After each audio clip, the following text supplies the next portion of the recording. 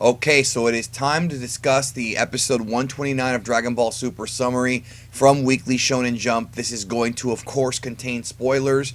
You have been warned. Now, get off the video if you don't want to be spoiled. This is going to be for episode 129 of Super, the next episode coming on March 3rd. For those of you who forgot, there will not be a Dragon Ball Super this weekend. I will, of course, still be providing content. Have a very special video coming out Saturday night, The History of AF.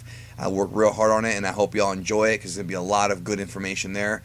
New Dragon Ball in depth, but no Super this weekend. But this is for the next episode of Super, so that's it. No more warning. First of all, I gotta plug the artist of the thumbnail. This beautiful thumbnail right here, which looks amazing. This looks like a versus screen for a fighting game, right? Old school arcade fighting game. Is by this man right here, Touche. I will leave a link to his Twitter down below and his Instagram. He doesn't just do Dragon Ball art. He does all kinds of different kinds of art, but he's really good at mimicking Toriyama's style, and he's really good at doing his own style as well. Really talented artist, Touche. I will link to him. And there you go. So let's go. I love that picture so much, guys. Let's go ahead and get into these spoilers here from Yonko Productions. Dragon Ball Super episode 129. Limits Super Surpass Ultra Instinct Mastered. I do love how they're now saying no longer is it surpassed. It's super surpassed. Ultra Instinct Mastered, Goku's power ascends. The Tournament of Power rushes into Goku and Jiren's final duel. The cornered Goku unconsciously awakens the power and slumbered deep within his body, and his power level skyrockets. Thus, he draws closer to the ultimate battle form, Ultra Instinct. Now, I want to clarify some things that I discussed in my stream the other night. If you have not checked out the streams I've been doing lately, they are, they're long, but they're fun. And if you have like a long commute, or if you're at home and you're playing a video game, or you're doing something you want something to listen to, check out my live streams. They're always a lot of fun answering all your questions. One of the questions brought up is it called Perfected Ultra Instinct or Mastered? It's up to you. Either name works, but the actual name of Goku with his white/silver haired form is Ultra Instinct Goku. It's pretty much just his complete transformation. You can kind of say that the old Ultra Instinct, where he had the dark hair and the silver eyes, that they call Ultra Instinct Omen, that's kind of like the modern version of the false Super Saiyan from like Dragon Ball Z movie 4, the Lord Slug movie. It's kind of like that. And then we saw the real form later on. That's what this is. The real form of Ultra Instinct is the silver hair. And the one that we had before is sort of Goku learning how to get there. Goku's body learning how to get there. And again, for those asking, it is both a state of being and a transformation. It just so happens that, it's supposed to be a state of combat prowess or state of fighting. But when it comes to Goku, and I guess the Saiyans, I guess it might be a triggered mutation within their biology. This is what makes the most sense. His hair changes color into silver. So just letting you know that. It says down here, this week's Jiren not ready to lose. He releases his full strength. Now I gotta be real here.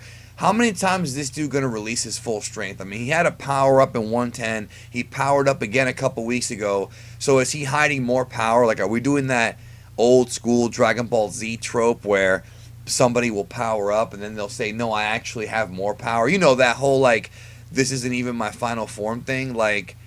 I wonder if that's what they're doing here, except not with transformations with power, because I presume that Jiren was already going all out. But then again, it makes sense he's not, because 17 actually cut into his clothing, so maybe he's not.